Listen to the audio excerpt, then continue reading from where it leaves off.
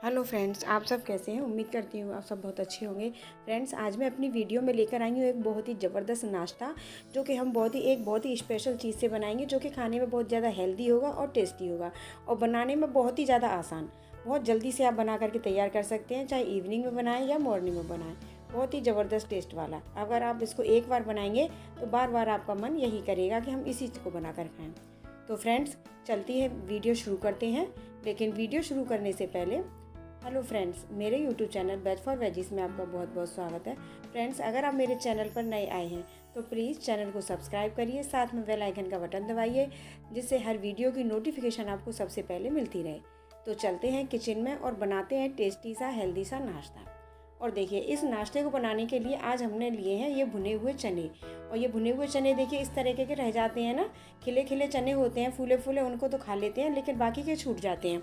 तो उन्हीं चनों से आज हम नाश्ता बनाएंगे और इसको मिक्सी के जार में डाल करके और एक ग्राइंड करके और इसको एक दरदरा सा पीस लेंगे, कुछ इस तरीके से देखिए। और इसको फिर दरदरा सा पीसने के बाद इसको एक छलनी लेंगे, जिसमें हम चावल आदि छानते हैं, और उस छलनी में इसको छान लेंगे, जिससे कि इसका जो मोटा मोटा पार्ट रह गया है, जो पिसने में नहीं आया है, उसको हटा देंगे हम। देखिए इस तरीके से बिल्कुल मोटे मोटे को नहीं लेना है, वो हटा देंगे। और देखिए ये रह गया हमारा बिल्कुल दरदरा सा आटा जैसा इसका। और अब हम लेंगे उबले हुए आलू। ये 4-5 मैंने उबले हुए आलू लिए, जिनको हम अच्छे से फोड़ लेंगे। या तो आप हाथ से फोड़ लीजिए, अगर मैसर से चाहे तो मैसर से। और इसमें कुछ मसाले ऐड करेंगे, थोड़ी सी हींग, थोड़ा सा टेस्ट के अकॉर्डिंग नमक, सफ़ेद वाला नमक, थोड़ी सी लाल मिर्ची पाउडर टेस्ट के अकॉर्डिंग, थोड़ा सा धनिया पाउडर, और थोड़ा सा डालेंगे हल्दी पाउडर, हल्का सा कलर आने के लिए। बिल्कुल ज़रा सा ही डालना है, 1/4 चम्मच। और थोड़ा सा डालेंगे 1 चम्मच करीब चाट मसाला। ये चाट मसाला न डालना चाहें तो अमचूर पाउडर भी डाल सकते हैं, उसे ही बहुत टेस्टी बनेगा। और ये 2 छोटी छोटी हरी मिर्ची, जिनको हमने छोटा छोटा काट लिया है। और ये थोड़ा सा काट लिया है हरा धनिया, जिसको धो लिया है अच्छे से। धोने के बाद इसको काट करके इसमें हम मिक्स करेंगे। और देखिए, अब हमने जो आटा छान कर तैयार किया था चने का, वो हम इसमें आटा मिक्स कर देंगे।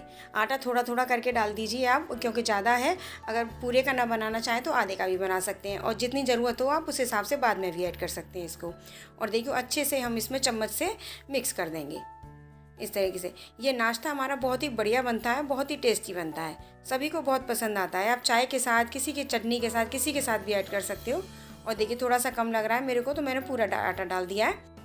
और मैंने एक कटिंग करके प्याज काट के डाली है छोटी छोटी पीसेस में। मैं पहले डालना इसको भूल गई थी, तो मैंने अभी इसमें मिक्स कर देंगे। और जो आपको सब्जियां इसमें पसंद हो ना, वो सब्जियां भी इसमें ऐड कर सकते हो आप, जैसे गाजर है, मटर है, जो चाहे आप इसमें ऐड कर सकते हो। और उस तरीके से सभी को हम देखिए हाथों से मिक्स कर लेंगे और एक अच्छा सा डो तैयार करेंगे।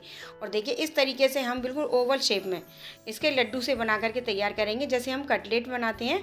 बिल्कुल जी हाँ, आज हम इसके कटलेट बना रहे हैं।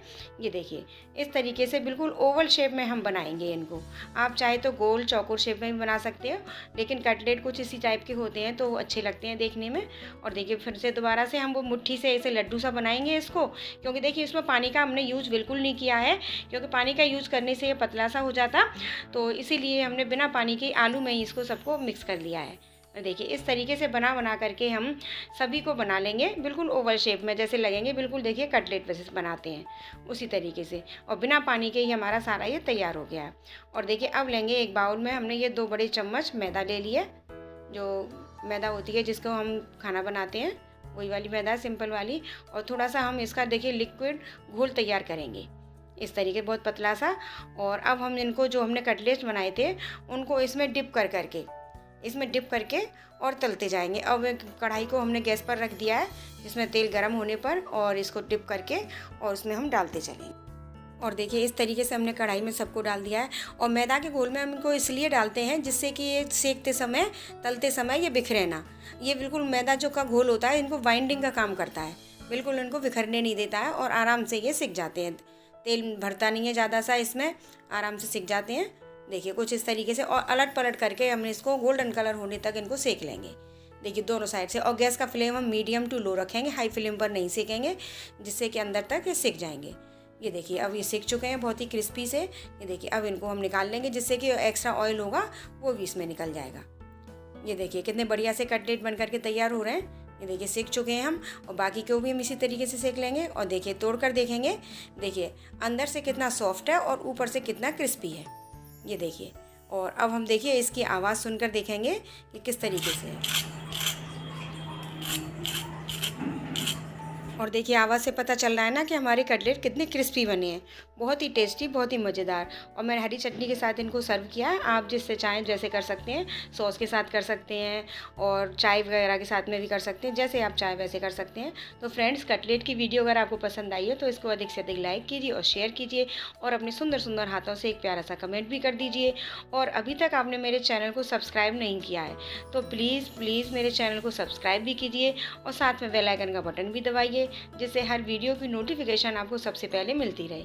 तो मिलते हैं इसी तरह की वीडियो के साथ, तब तक के लिए bye bye, take care, thanks for watching.